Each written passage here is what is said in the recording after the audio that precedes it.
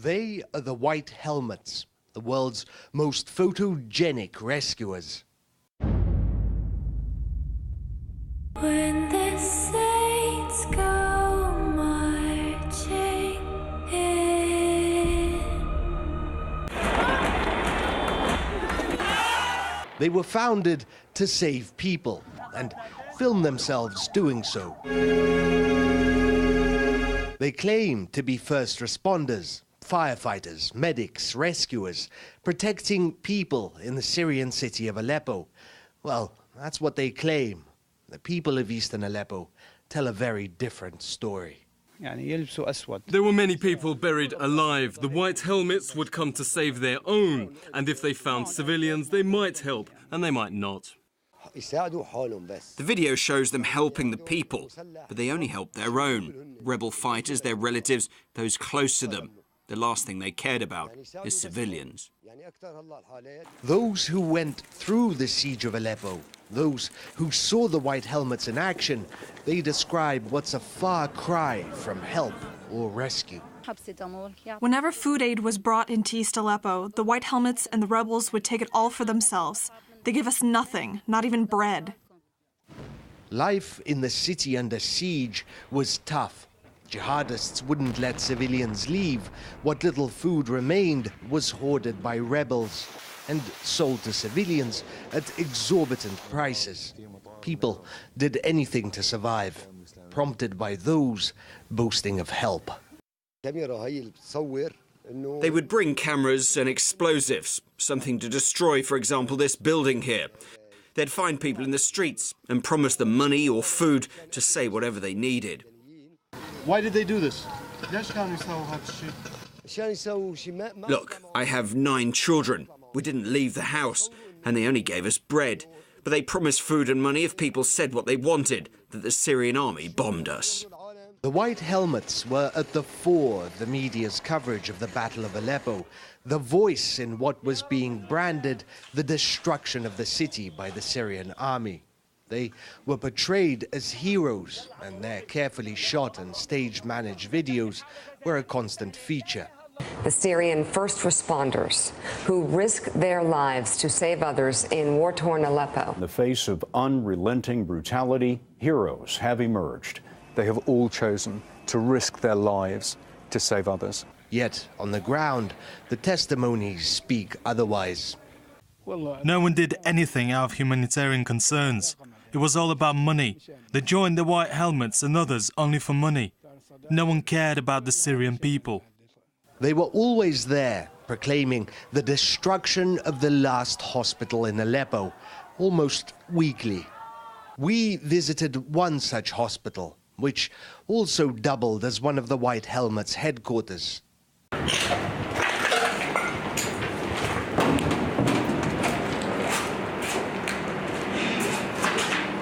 Syringes, medicine, and bandage wrappers were everywhere, even a white helmet.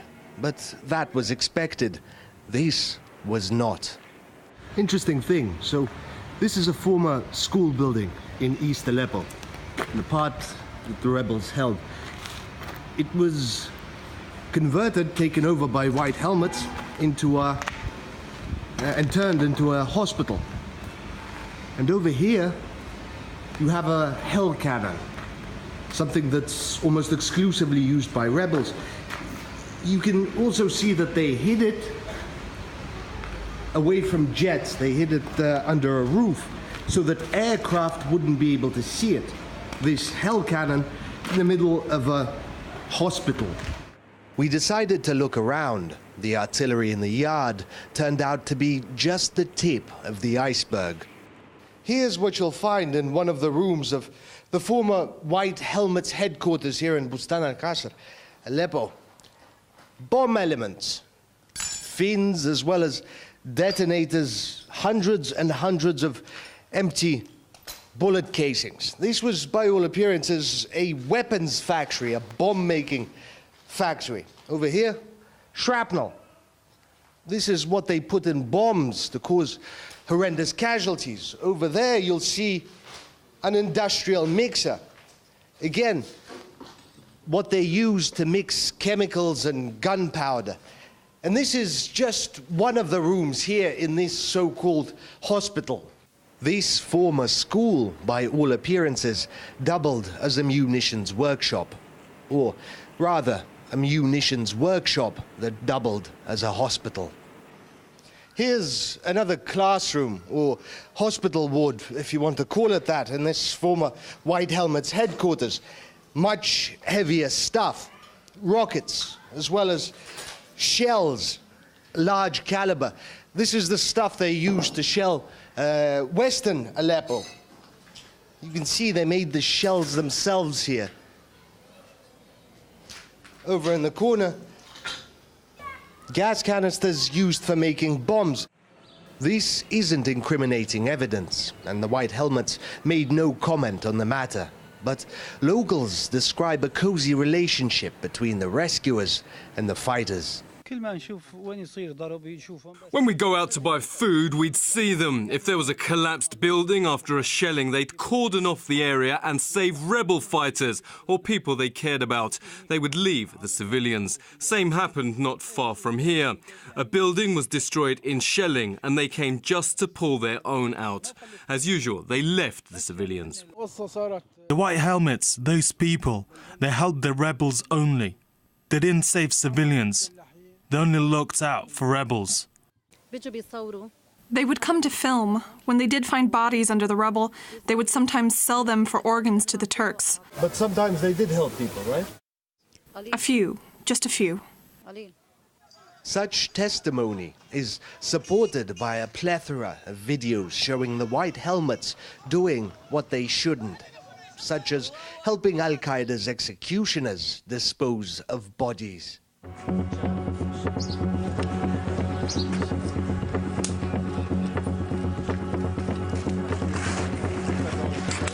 Or waving flags of Nusra and Al-Qaeda.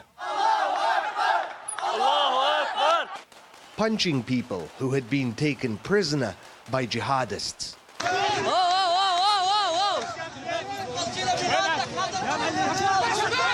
When was the last time you saw medics and rescuers walking around with assault rifles, staging fake rescues for social media stunts?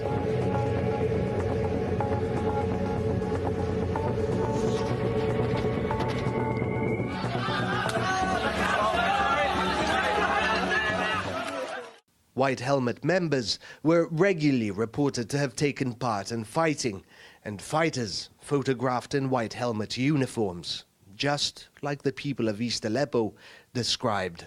They were controlled by the rebels and jihadists. Fighters from rebel groups would go and work for the White Helmets. There aren't many groups that Al-Qaeda praises, but the White Helmets are one of them.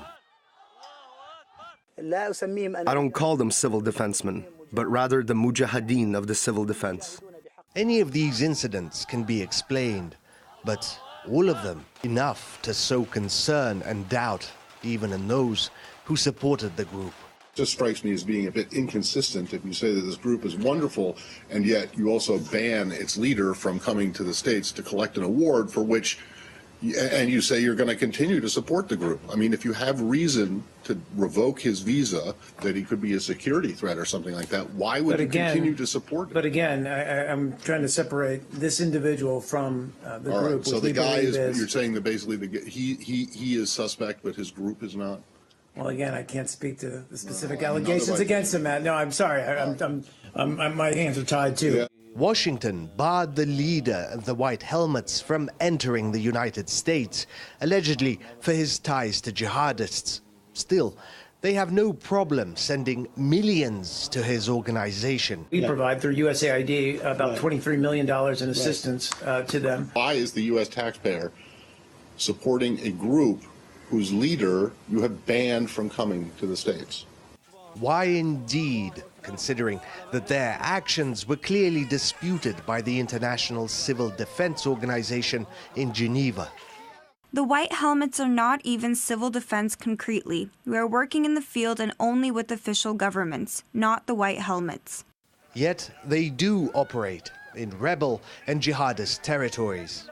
White Helmets cannot be independent. Any NGO cannot be independent. because independent people, meaning he can take decision.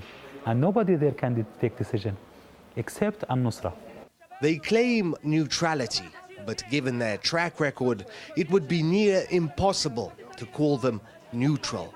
All of the countries that are backing, promoting and funding the White Helmets and were involved in the creation of the White Helmets are countries that are also have a vested interest in the destabilization of Syria and the removal of the legitimate and elected President Assad. The White Helmets were founded by a former British intelligence agent turned mercenary. He trained them in Turkey, teaching them rescue and photography skills, and more.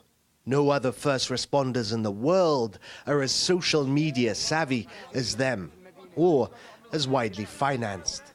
They are funded $23 million by the United States via the US Aid Agency and via its various outreach agents. The UK Foreign Office is the primary driver behind the White Helmets and has put in, we believe to date, around between 40 and 65 million pounds from the Conflict, Stability and Security Funds into the White Helmets. We then have smaller donations or funding figures for the White Helmets from, for example, Holland, Germany, Denmark. France is supplying equipment as well as financing the White Helmets. One of the driving forces behind the White Helmets' PR machine is the Syria campaign. It also claims to be, quote, fiercely independent, though its long track record of activism tells a different story. It once boasted of pressuring the UN into replacing its coordinator in Syria for being too friendly with Assad, though that boast was later retracted. It was first financed by Ayman Asfari, a Syrian billionaire living in Britain, whose wife co-chairs the organization. He himself also funded the Syrian National Council, the rebel government in exile, which has little sway in Syria itself. Asfari is known to be a representative of Syrian anti-Assad groups. In that capacity, he has visited the White House no less than 8 times in recent years. Ayman Asfari is a Syrian national, an oil tycoon who has put large sums of money, of funding, into the Tory government in the UK. He's currently undergoing a serious fraud office investigation, and he has a very clear vested interest, oil interests, particularly with BP. He's the CEO of Petrofac, but serious oil interests inside Syria, and he is the one behind the Syria campaign. The Syria campaign is running the publicity campaign for the White Helmets. And the Hero Fund was set up by the Syria campaign to basically draw in public funding for this organization. So, funded by an anti-Assad billionaire, in 2014, the Syrian campaign was hiring staff for, quote, pieces in the US, UK and European media markets. Knowledge of Syria or Arabic being non-essential. What was needed was an ability to, quote, spot media opportunities by the hour and make things happen. Well, one thing that happened was the story of little Omran. What strikes me is we shed tears, but there are no tears here. He doesn't cry once. May I show you a picture? This young boy has become the symbol of the war. Omran, the boy who became the face of the Battle of Aleppo and an icon of the White Helmets. It is still unclear how an Australian journalist got the images, considering a communications blackout in Aleppo. But it was the Syria campaign that organized interviews with the photographers behind the story and was singled out, credited for activism. Were you horrified by the footage of little Omran? Can't stop thinking about him. Well, Don't just retweet. Be outraged for 24 hours and move on. Hear what two great humanitarians for Syria, Zaher Saloul and James Sadri, want you to do now. It was only later we found out that Omran was being used. They started filming him while I was in the house. I came out and asked, "Where are the kids?" They told me they were at the hospital. They took me with the ambulance. Omran's head was bandaged.